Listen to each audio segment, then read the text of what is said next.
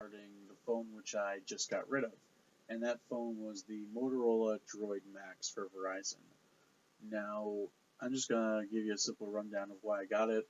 So before I was using the Droid Maxx, I was using a Windows phone called the Nokia Lumia 928 on Verizon.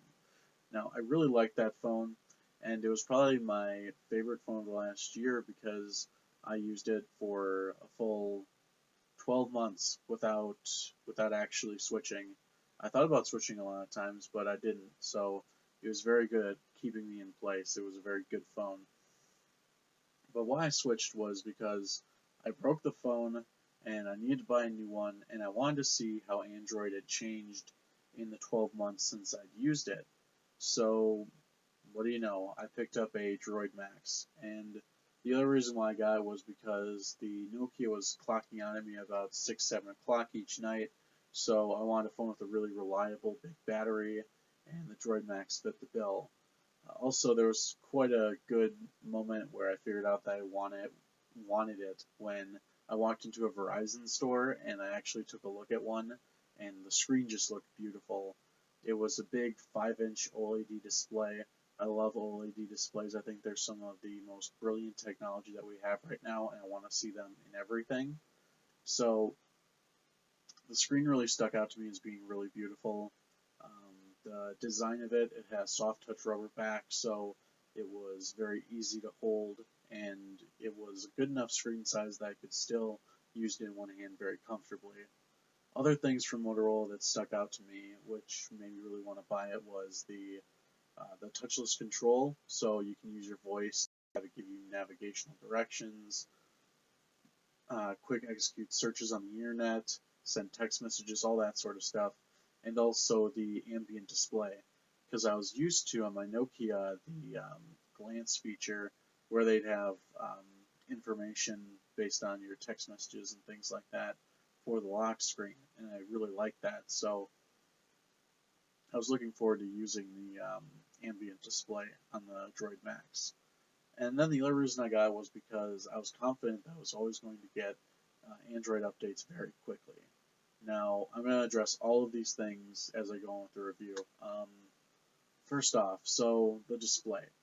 The display was initially very good, and I still think it's a great display. It's just that the rest of the world has refused to stay inert, and 1080p displays are now the norm, and I'm using a phone with a 1080p display as its replacement, and it's a really big difference, and I can't emphasize it enough. The display was really good for its time, but it's really about time that 1080p is what everybody's using. So the display, while good, it's not holding up anymore. Also, yeah, that was really all I had to say about the display. And then what else was there? Oh, I want to talk about these Motorola features. So, Motorola feature number one, the touchless control. Initially, it worked very well, and it still worked really well if I just held the phone in front of me and said the commands right to it in a very clear voice. But as time went on, the feature got more and more iffy, and by the time I got rid of it, which is today, I would actually it would recognize my voice, and then it wouldn't pick up anything that I said for a command, or half the time it wouldn't even recognize my voice.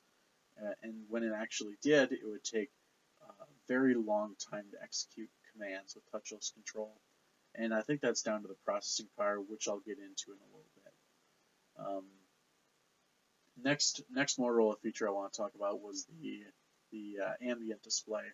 Now this feature does not disappoint. The ambient display, which shows your most recent notifications on the lock screen, it was very useful. Quick whip the phone out of your pocket, take a look at what notifications you have, and it was very convenient. Plus, you could jump right into whatever notification you got most recently. I really love that feature, and that was really standout. And then I guess I'm just going to go into general hardware now because that was about it for Motorola specific features. Oh, last Motorola feature, the quick Android updates.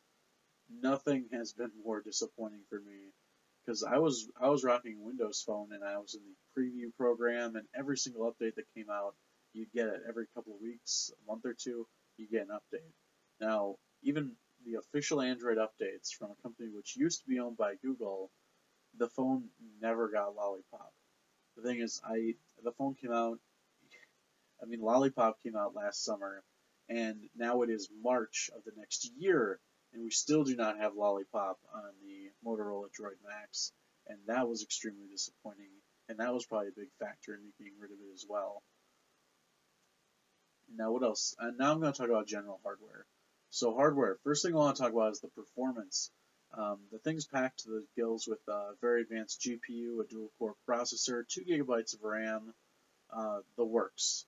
The thing is, I can really start to feel the dual-core processor because I was using a Razer before this, the Droid Razer. Well, a long time before this, but still. And the performance of that phone degraded much over time. And by the time I stopped using it, it was almost unbearable. Now, luckily, I wasn't using the Droid Maxx that long, but I have a feeling that if you've been using the Droid Maxx for 2 years, that the performance is just about horrendous now. Because there was already problems 5 months after owning it, where, as I told you, touchless control, it was very slow and unreliable. Also, the keyboard actually couldn't keep up with me typing, and there were times where I'd be typing, and it would be showing no recognition of what I was doing, and then all of a sudden, it would just make a bunch of lights, and all of the words would show up. And lag on a keyboard in 2015 is really unacceptable. And besides that, apps took a while to load. There were problems where things would just be buffering forever. It was a mess. And while the performance was good when I got it, the performance degraded to terrible after a few months. I'm sure Motorola's new phones with quad-core processors are much better, but this phone did not fare well at all. That's hardware on the performance side. Next, I want to talk about the camera because I already talked about the display. So the camera, it's a 10 megapixel clear pixel sensor. Now, yeah, that's just a gimmick. It's basically just a regular 10 megapixel camera, and it takes mediocre to bad shots. Maybe there's a good camera in there if there was actually good software for it. But the pictures that I took with it, the exposure was all over the place. Went from spot on to extremely bad. I'd say about 80% of the time the exposure was extremely bad. Also, because of the display being so nice, it made all the pictures I took look nice. And then when I actually looked at the pictures off of the display, they looked pretty bad. I mean, there was just a ton of problems with the pictures. And probably the part which made it hardest to take good pictures was the camera software. And the camera software, you actually couldn't change the focus when it first came out, but after a while you could. And the focus area is so large that you can drag around the screen. It makes it almost impossible to get any sort of bokeh effect, and to have something on the left in focus and on the right out of focus.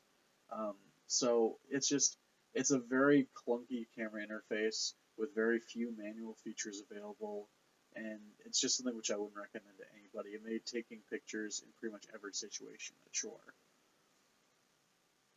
And then besides that, I'll talk about the speaker next. So the speaker on the device was really, really strong. I'm using an HTC One Max right now, and the speakers are front-facing, and that's a plus. But for just being a single rear-firing speaker, it could just pump out insanely loud audio. It was really impressive how good the speaker was. And lastly, the big feature I've saved it for last is the battery. The battery is amazing on the device. If you charge up to 100%, there's no chance that's going to die on you in a day unless you're navigating from Seattle to New York. I mean, I never got below 20% by the end of a day. It was a very good phone battery-wise. The thing is, though, I could never consider it a 2-day phone, and that's because Android has a real problem with standby battery times. So basically, if I go to bed, it would drain 17 to 20% of the battery by the time I woke up.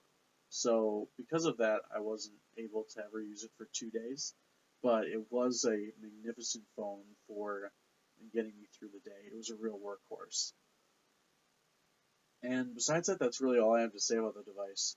The performance turned out to be pretty bad, and the Motorola updates were not very good. And you just heard all my thoughts. I won't bother re-going over them. But those are my thoughts on the Droid Maxx after owning it for 5 months. If you guys have owned the phone and have any thoughts on it, feel free to leave them in the comments section below. I'd love to hear your thoughts. Otherwise, I just wanted to make a quick video talking about the Droid Maxx as I get rid of it today while it's still fresh in my mind. I'd like to thank you all for watching today, and don't forget to subscribe. Have a nice day.